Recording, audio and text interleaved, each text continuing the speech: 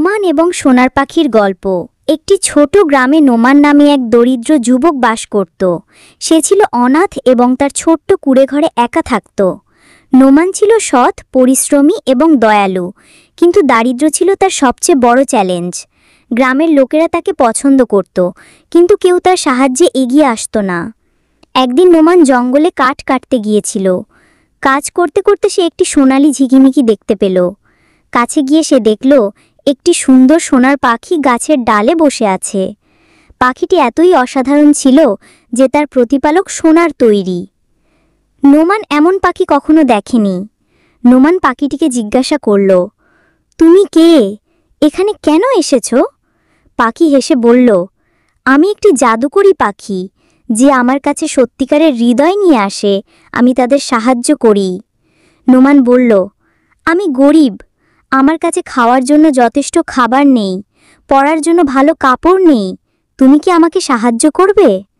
পাখি তার চোখের দিকে তাকিয়ে তার সততা দেখল। সে বলল, আমি অবশ্যই তোমাকে সাহায্য করব, তবে তোমাকে একটি প্রতিশ্রুতি দিতে হবে। তুমি যা পাবে তা অন্যদের সঙ্গে ভাগ করে নেবে। নোমান তৎক্ষণাৎ প্রতিশ্রুতি দিল। পাখি তার একটি পালক ঝাঁকালো, আর সেই পালক মাটিতে পড়ল। পালকটি ছিল খাঁটি সোনার। নোমানের আনন্দের সীমা ছিল না।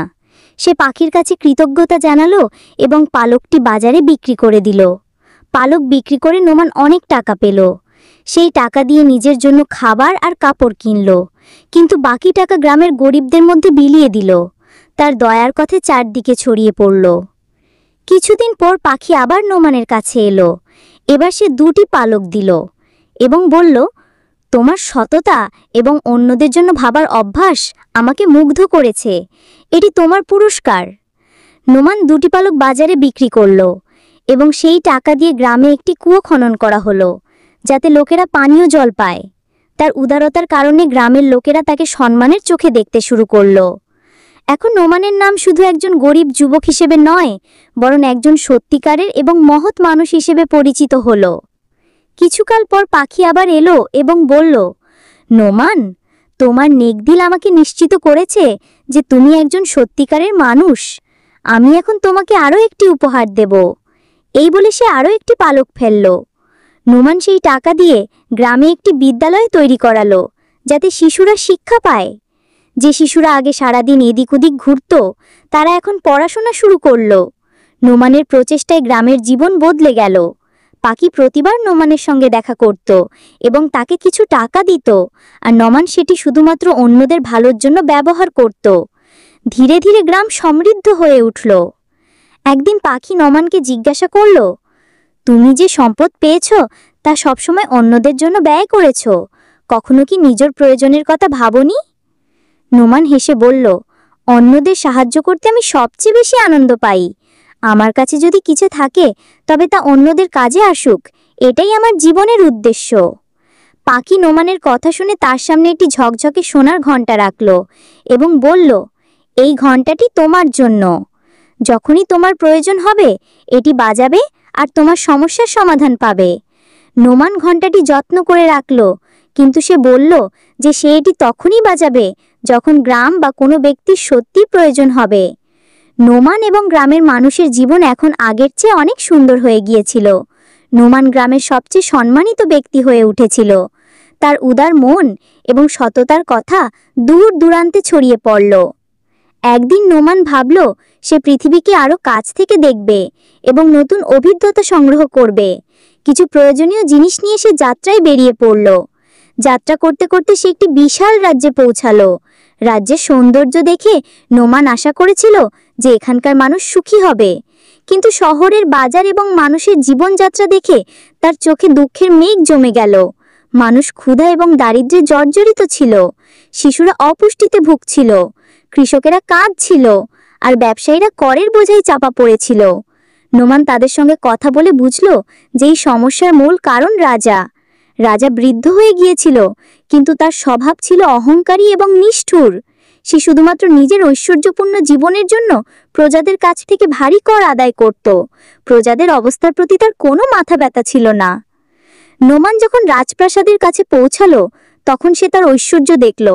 উঁচু দেয়াল এবং সোনার উপায় সজ্জিত দরজা সহ এই প্রাসাদ ভিতরে আরো বেশি ঐশ্বর্য ছিল।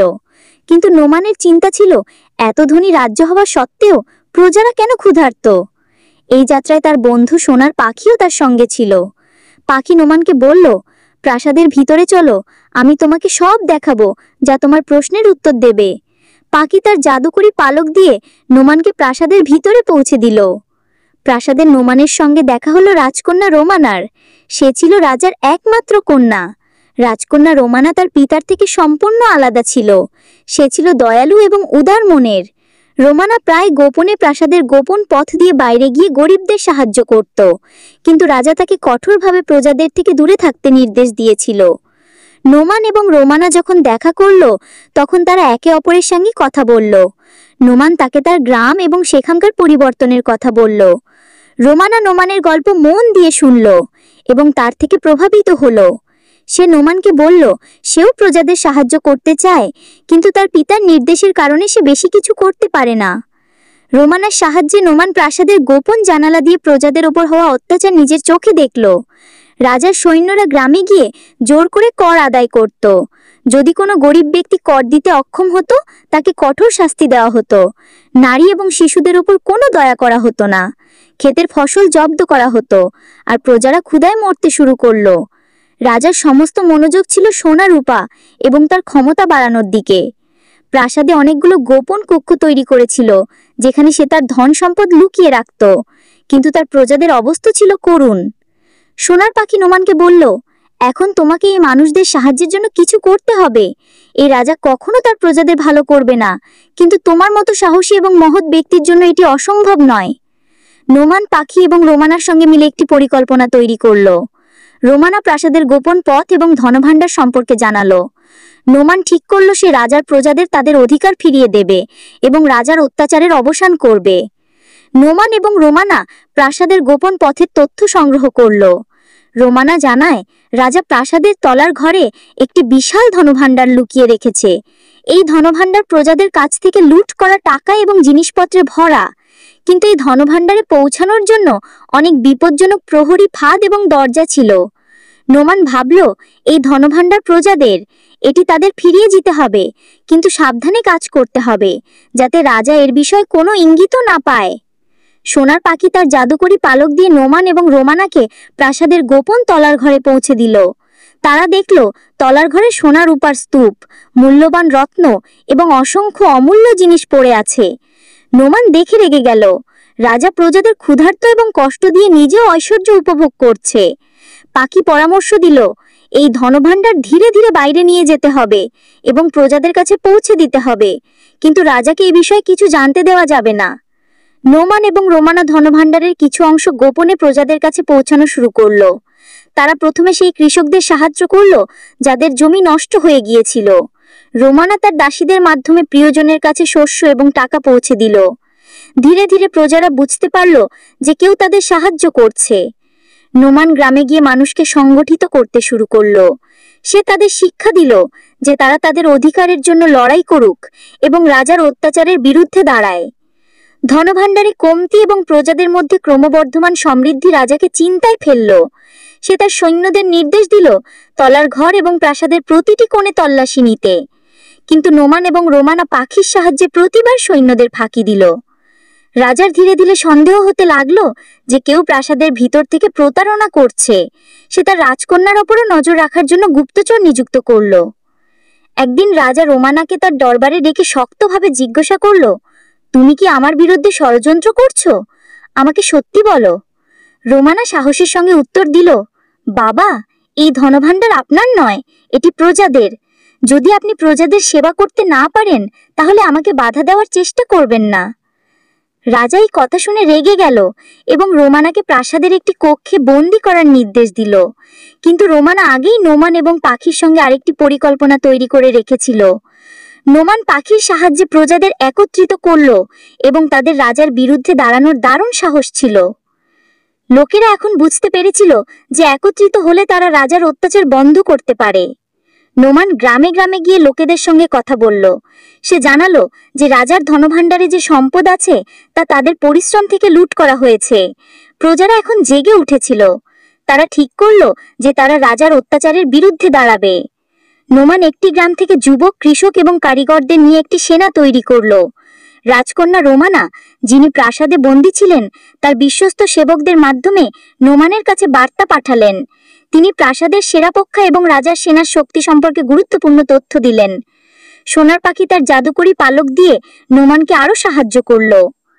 এক রাতে নোমান রাজার কাছে একটি বার্তা পাঠালো, প্রজারা এখন আর তোমার অত্যাচার সহ্য করবে না। যদি তুমি তোমার নিষ্ঠুরতা না ছাড়ো এবং ধনভাণ্ডার ফিরিয়ে না দাও, তাহলে আমরা তোমার বিরুদ্ধে দাঁড়াবো। রাজা এই বার্তা পড়ে ক্রোধে ফেটে পড়ল। সে তার সেনাকে প্রস্তুত থাকতে নির্দেশ দিল। সেই বিদ্রোহকে পিষে ফেলার জন্য পুরো শক্তি দিয়ে আক্রমণ করতে লাগলো। নোমান প্রজাদের যুদ্ধের কলাকৌশল শিখিয়ে দিল।